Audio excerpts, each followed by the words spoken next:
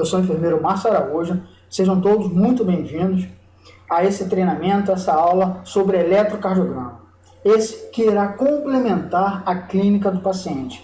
Lembrando que a clínica sempre será soberana. Eu utilizo uma sequência para interpretar um eletro, que na minha opinião é a mais simples e rápida. Porém, isso não é arbitrário. Ou seja, cada pessoa pode utilizar a sequência que achar melhor. O importante é que todo o eletrocardiograma, ou seja, todas as derivações sejam vistas, ok? Para iniciar a interpretação eletrocardiográfica, precisamos confirmar se o meu traçado ele está na calibração normal. E onde que nós vamos ver isso? A gente vê isso aqui, ó. Aqui nos diz que o traçado eletrocardiográfico está numa calibração normal. E essa calibração normal é de 25 milímetros por segundo e com uma voltagem, com a sua amplitude de 10 milímetros por milivolts. Tá? Esta é a calibração normal. Alguns eletros, eles não te mostram a amplitude aqui, junto com a velocidade.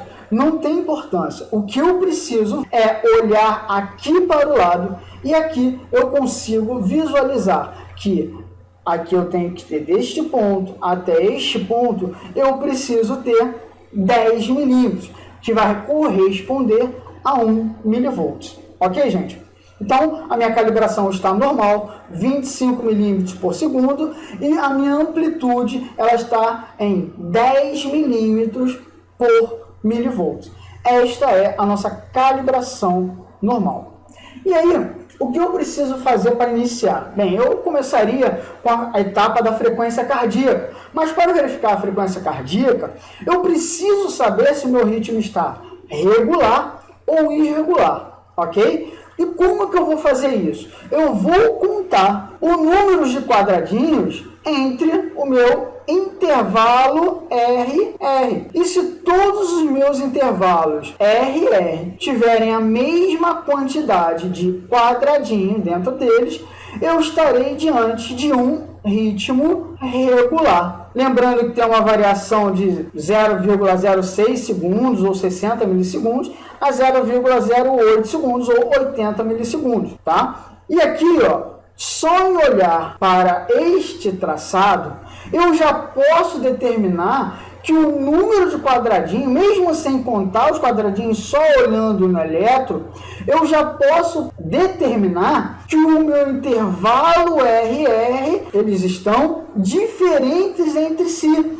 Ou seja, isso me diz que é um ritmo irregular. Ah, Márcio, e na prática, como eu poderia fazer isso? Muito simples. Eu pegaria um pedaço de papel, pegaria a minha caneta e riscaria onde tem uma onda R. Ó. Aqui tem uma onda R,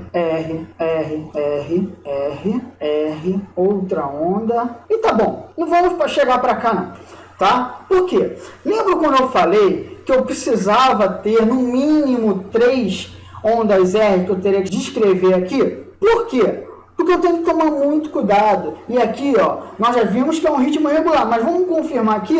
Porém, se eu só coloco 3 traços e passo somente 3 ondas, olha aqui, devido à velocidade da condução que está bem alta, o que aconteceria aqui? Pareceria que está o quê? Regular. Olha só. Parece, se eu pegar essa onda aqui e trouxer para cá agora, esse traço trouxer para esse complexo, as outras iam passar e se só tivessem 3, ia parar aqui. E eles pareceriam que estão o quê? Iguais.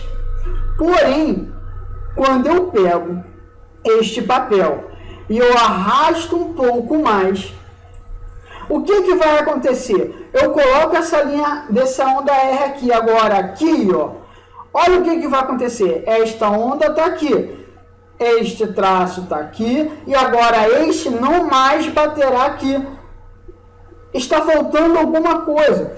O tempo está maior, a duração desse intervalo RR está maior. E aí depois, ó, volta a diminuir, aumenta de novo.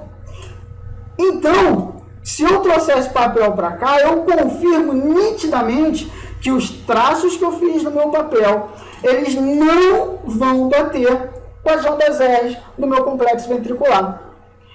Isto me diz que o meu ritmo está irregular, ok? O ritmo está irregular, tá bom? Ok. Aí a gente passa para a frequência cardíaca, propriamente dita. Ah, Márcio, peraí, você ensinou como fazer para determinar a frequência cardíaca com ritmo irregular. E agora irregular? Já que um intervalo RR está diferente do outro. Como que eu vou fazer? Bem, quando eu tenho um ritmo irregular, eu não posso mais contar quadradinho de um intervalo RR específico. Por quê? Porque o outro depois é menor, o outro é maior, o outro é maior ainda, o outro é igual, mas o outro é menor. Então eu não posso fazer dessa forma. O que eu posso fazer então? Bem, este elétron aqui, de 12 derivações, ele é formado com uma duração total do início do traçado até esses pontos aqui, ó. Vocês estão vendo essa marcação aqui? Esta marcação aqui diz o final, porque a partir do início da ativação aqui até aqui, esse tempo aqui é de 10 segundos. Bem, a frequência cardíaca a gente vê por minuto. Aqui eu já tenho 10 segundos. Para chegar a 1 minuto, eu vou ter que multiplicar por quanto esse traçado, esse tempo? Bem, se aqui eu já tenho 10 segundos, para chegar a 1 minuto, que são 60 segundos, eu vou ter que multiplicar por 6. Márcio, o que eu vou multiplicar por 6? O tempo de 10 segundos? O tempo de 10 segundos multiplicados por 6 são 60 segundos. Mas eu quero saber a frequência cardíaca. Então eu vou ter que fazer o quê? Eu vou ter que contar quantos intervalos RR eu tenho dentro desses 10 segundos. E aí sim, quando eu contar quantos intervalos RR eu tenho, eu vou multiplicar por 6, ok? Por que 6? Porque 6 multiplicado por 10 são 60 segundos, tá? Então vamos lá. 1, 2, 3, 4, 5, 6, 7, 8, 9, 10, 11, 12, 13, 14, 15, 16, 17, 18, 19, 20, 21, 22, 23, 24, 25 e 26. Nesse período de 10 segundos, eu tenho 26 intervalos RR. E aí é simples. Eu vou pegar 26, que é o número de intervalo RR, e vou multiplicar por 6, porque seria o 6 multiplicado por 10 segundos para chegar a 1 minuto. E aí, quando eu multiplico 26 vezes 6, o total, o igual, será de 156. Márcio, é só 156 que eu coloco na minha evolução, no meu laudo? Não, eu não posso falar que é só 156, a conta deu 156. Só que esse intervalo é igual a esse? É igual a esse? É igual a esse? Não, eu não estou tendo uma precisão como se o ritmo estivesse regular. O ritmo está irregular, então eu estou vendo uma média. Então, a minha frequência cardíaca é de mais ou menos 156 batimentos por minuto, ok? Então, agora nós já vimos a nossa frequência cardíaca, tá? Após a etapa da frequência cardíaca, nós passamos para a etapa do eixo cardíaco. Lembrando que para determinar o eixo cardíaco, eu não utilizo o plano horizontal. Eu somente utilizo o plano frontal. Márcio, para que você colocou essa folha branca aqui? Eu coloquei para que nós possamos fazer o sistema hexagonal. Lógico, se vocês estiverem acompanhando os outros vídeos e estiverem praticando, certamente certamente vocês não mais precisarão usar o sistema hexagonal, tá? Eu vou colocar aqui a base didática, porém, se eu pratico, logo eu não tenho a necessidade de utilizar mais isso, porque isto agora vai ser, para mim, automático. Eu não preciso mais fazer isso. Então vamos lá. Ah, Márcio, sistema hexagonal, por quê? Sistema hexagonal porque ele é feito por 6 derivações. As 6 derivações do plano frontal. Aqui, ó, D1, D2, D3, AVR, AVL e AVF. Tá bom? Então vamos lá. Nós vimos que para se determinar o eixo cardíaco, ou seja, realizar a deangulação, a primeira etapa é achar o quadrante de base. E para achar o quadrante de base, eu preciso olhar para as 2 derivações específicas. Primeiro, eu preciso olhar para a derivação D1. E aí, para que eu olho para a derivação D1? Para saber se está à esquerda de AVF, ou seja, se está positivo, porque aqui é o lado positivo de D1, onde está a flecha, né? E eu li um dia desse, não diz a ponta da flecha, mas sim a farpa, né? Então aqui na farpa, a ponta da flecha é o destino da derivação D1. E o destino é sempre positivo. D1 positivo está para a esquerda de AVF. Da mesma forma que D1 negativo, onde eu estou olhando a sua origem, está para a direita de AVF. Ok, então o que eu vou fazer? Eu não tenho isso na minha mão, daqui está na minha mente ou no papel. O que eu tenho na mão, propriamente dito, é o elétron. E aí, quando eu olho para o elétron, eu olho a derivação D1 e percebo que D1, na sua totalidade, o complexo ventricular está acima da linha de base, ou seja, D1 está predominantemente positivo. Se D1 está positivo, logo ele vai estar para a esquerda de AVF. Então vamos lá, se está para a esquerda de AVF, eu já vi a minha primeira derivação aqui, ó.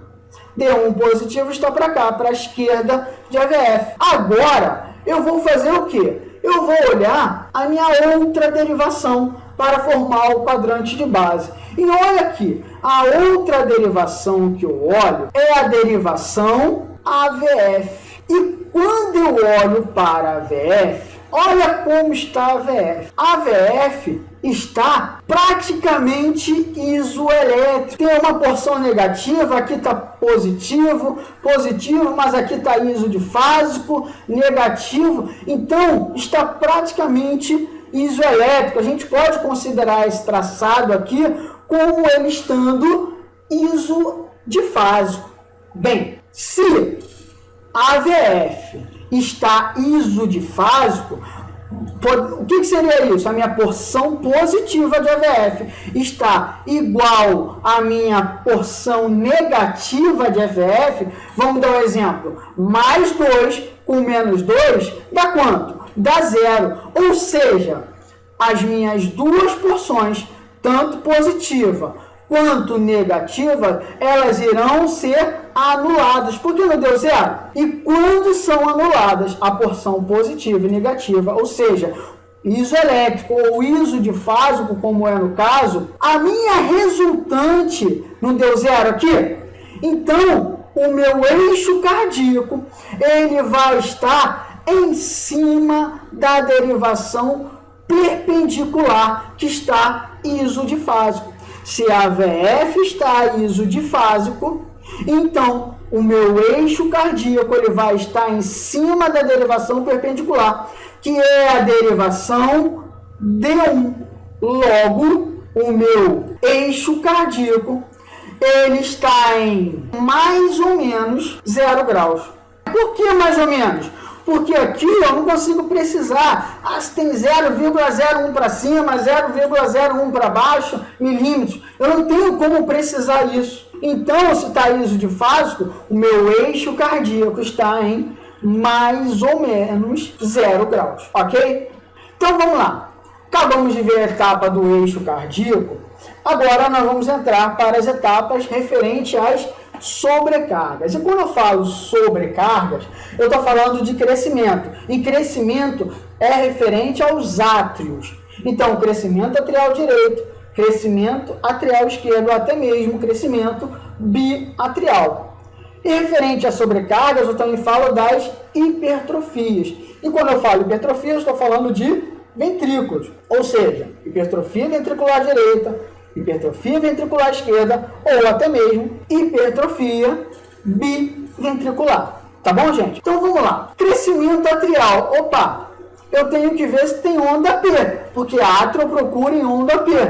Esse ritmo aqui está irregular e eu não consigo olhar em nenhuma derivação a onda P. Ou seja, eu não tenho onda P nesse traçado. E, Márcio, já que não tem onda P, não tem como saber se tem crescimento atrial nem direito nem esquerdo. Na verdade, tem sim. Só que nós não vamos discutir isso agora. Nós vamos discutir quando tivermos falado de hipertrofia. Mas, a princípio, eu não tenho onda P para dizer que a minha onda P, eu tenho um crescimento atrial direito, ou seja, que está aumentando a amplitude da minha onda P. E nem uma onda, não posso falar que eu tenho uma onda P mais alargada, falando referente a um crescimento atrial esquerdo. Então, já que eu não tenho onda P, eu não consigo determinar isso com as minhas ondas P, porque eu não tenho onda P, tá bom? Tem outros critérios indiretos, que não utilizam a onda P. Só que nós não vamos falar deles agora. Já que eu não consigo determinar crescimento, porque eu não tenho ondas P, eu vou pular para hipertrofias. Em hipertrofias eu estou falando de ventrículo. Vamos começar com a hipertrofia ventricular esquerda. A hipertrofia ventricular esquerda, eu utilizo o critério, o índice de Holmstede, tá? Esse índice de Holmstede possui 6 critérios, tá? O primeiro critério, e aí lembrando, eu tenho que olhar para as minhas derivações esquerdas, tá? Eu não estou falando de hipertrofia ventricular esquerda, então eu tenho que olhar para as minhas derivações esquerdas, tá? Porém, o primeiro critério é a amplitude. Como que é esse critério? A soma de R de V5 ou V6 mais a soma de S de V1 ou V2. Márcio, por que o ou? Porque eu vou pegar a maior onda R, ou a de V5, ou a de V6, aqui é a onda R maior é a de V5, eu vou pegar a onda a onda S de V1 ou de V2. Vou pegar a maior é de V2. Vou somar aqui 4 milímetros mais 5, 8, 4 milímetros mais 8 igual a 12 milímetros. O total, para ser considerado positivo esse critério, deveria chegar a 25 milímetros. E não chegou. Logo, esse primeiro critério, que é o critério de amplitude, ele está negativo. Segundo critério. O segundo critério é referente a um padrão strain. O padrão strain é referente a uma sobrecarga de pressão do lado esquerdo. Ele aparece alterando o quê? A onda T e, às vezes, o segmento ST. Olhando para as precordiais esquerdas, eu não tenho essa alteração referente a padrão strain. Logo, o meu segundo critério do índice de Holmstede também é negativo, tá? Terceiro critério é referente ao chamado índice de Morse. Índice de Morse é referente a um crescimento atrial esquerdo. Nós já vimos aqui que não tem onda P. O índice de Morse nós vemos aonde? Na derivação V1. Se eu não tenho onda P, eu não tenho como saber se meu índice de Morse está positivo ou negativo. Só que nós já falamos que nós não temos crescimento atrial, nem esquerda nem direita, ou seja, o meu terceiro critério, ele também é negativo. Quarto critério. O quarto critério é referente ao desvio do eixo para a esquerda, além de menos 30 graus. Só que nós já vimos que o nosso eixo cardíaco, ele está em mais ou menos 0 graus, ou seja, eu não tenho desvio do eixo para a esquerda. Quarto critério do índice de Rolle-Chester também está negativo. O quinto critério é referente a TAV.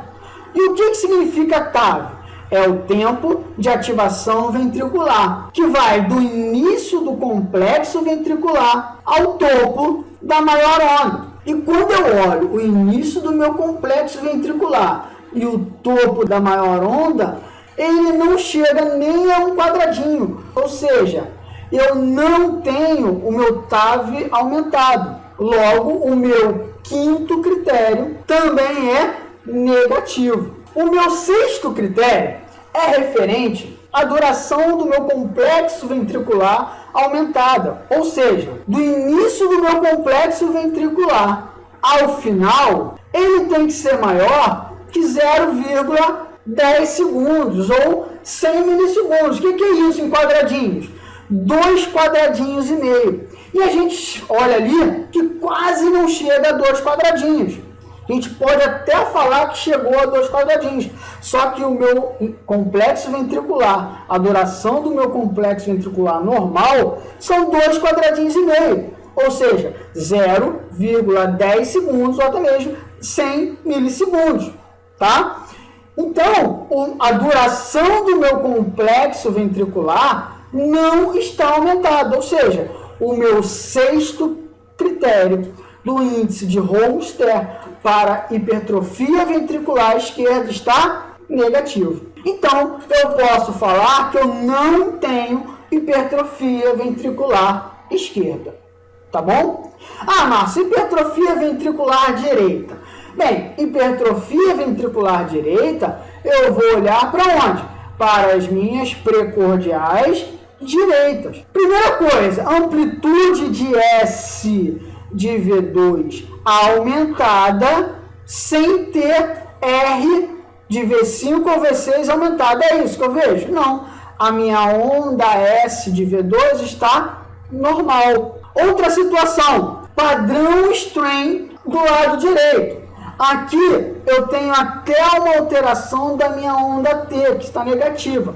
Porém, na derivação V1, o meu complexo ventricular, a minha onda T, ela está invertida, porque eu estou olhando pelo processo inverso, tanto da despolarização quanto da repolarização, respectivamente, complexo ventricular e onda T.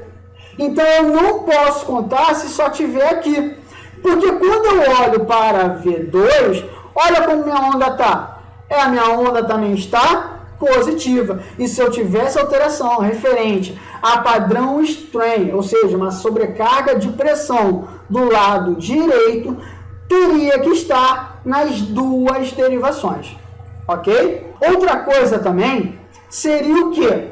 O desvio do meu eixo para a direita.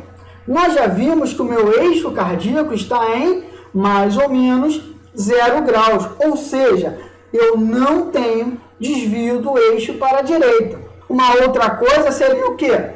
O TAV aumentado. E aí eu olharia aqui para a minha precordial direita, e o TAV vai de onde? Do início do complexo ventricular até o topo da maior onda, que quase chega a um quadradinho, ou seja, não está nem chegando a um quadradinho, ou seja, não está aumentado o meu tempo de ativação ventricular, meu TAV. Então, eu precisaria ter todos esses critérios para falar, não, eu tenho hipertrofia ventricular direita, ou apenas um desses que eu acabei de falar, somando a um bloqueio de ramo direito. Só que nós já vimos que eu não tenho aumento da minha duração do meu complexo ventricular. Logo, eu não tenho bloqueio de ramo. No caso aqui, bloqueio de ramo direito, ok? Então, eu não tenho nem hipertrofia ventricular esquerda, nem hipertrofia ventricular direita. Após a etapa de sobrecargas, a gente passa agora para a etapa de arritmias. E quando a gente fala sobre arritmias, essas podem ser sinusais, atriais, juncionais ou até mesmo ventriculares. Primeira coisa, eu tenho onda P? Não, eu não tenho onda P. Nós já vimos que eu tenho que olhar para todas as derivações procurando onda P. E eu não tenho onda P. Toma muito cuidado que aqui, ó, pode parecer que é uma onda P deste complexo. Só que não é. Lembra quando a frequência cardíaca está muito rápida, as ondas se aproximam? Então, isso aqui é um complexo ventricular, um QRS. E isto daqui, ó, é uma onda T.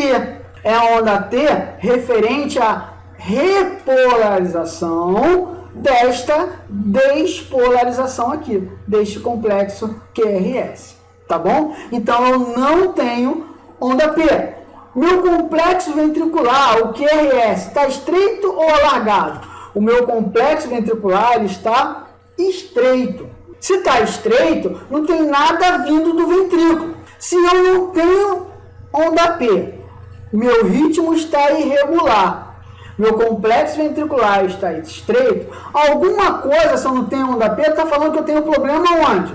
Nos meus átrios. Ritmo irregular, com ausência de ondas P. Isso significa que eu estou diante de uma fibrilação atrial. Ah, Márcio, peraí, a fibrilação atrial não tinha que ter aqueles tracejados?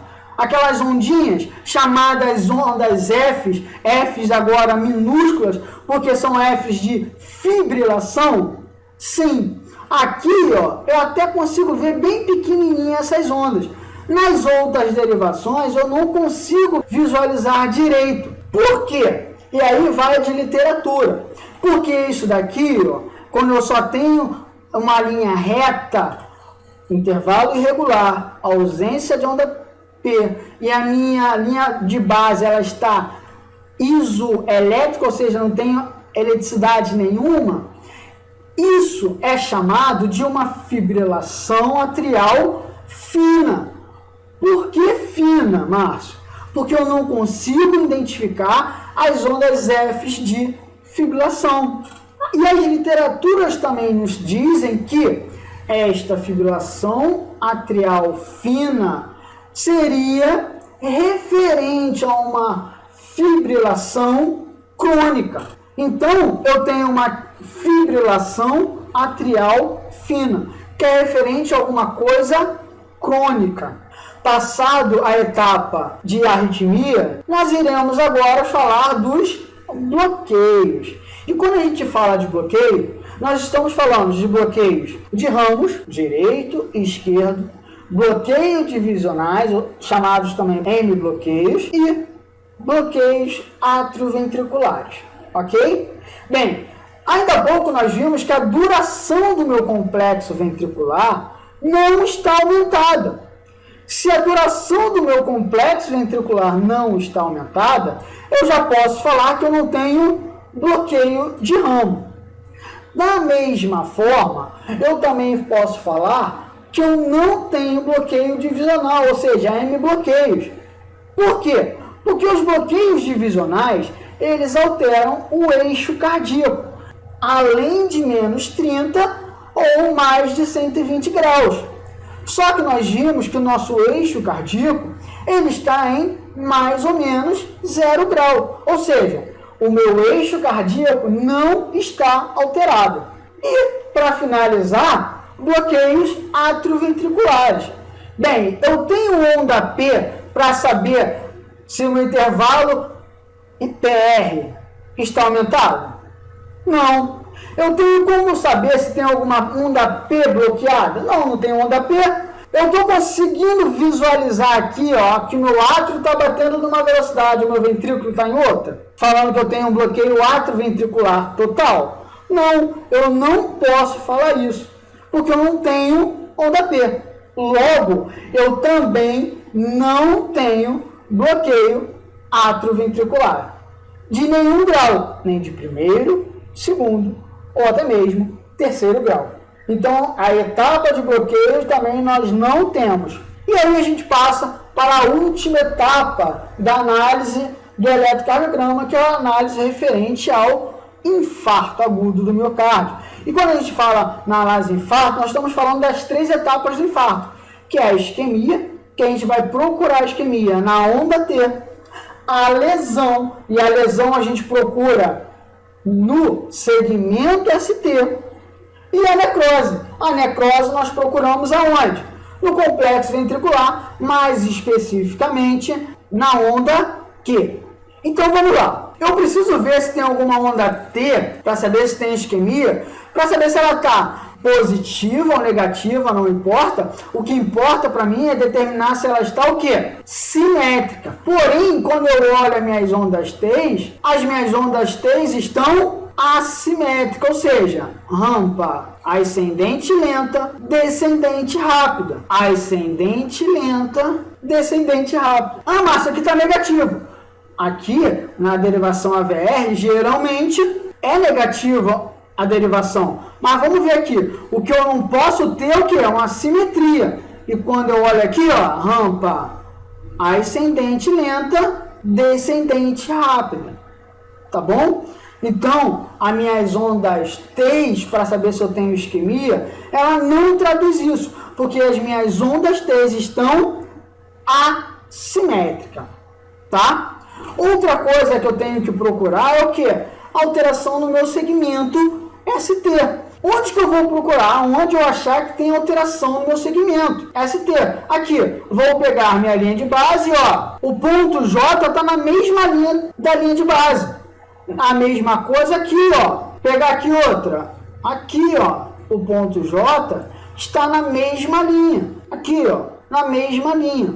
Ok? Então, eu não tenho alteração referente ao segmento ST. Não tenho, ou seja, meu segmento não está para cima, não tenho supradesnível do segmento ST e não está para baixo, ou seja, eu não tenho infradesnível do segmento ST. E aí chegamos na última fase, a fase da necrose. Bem, a fase da necrose eu vou procurar onde?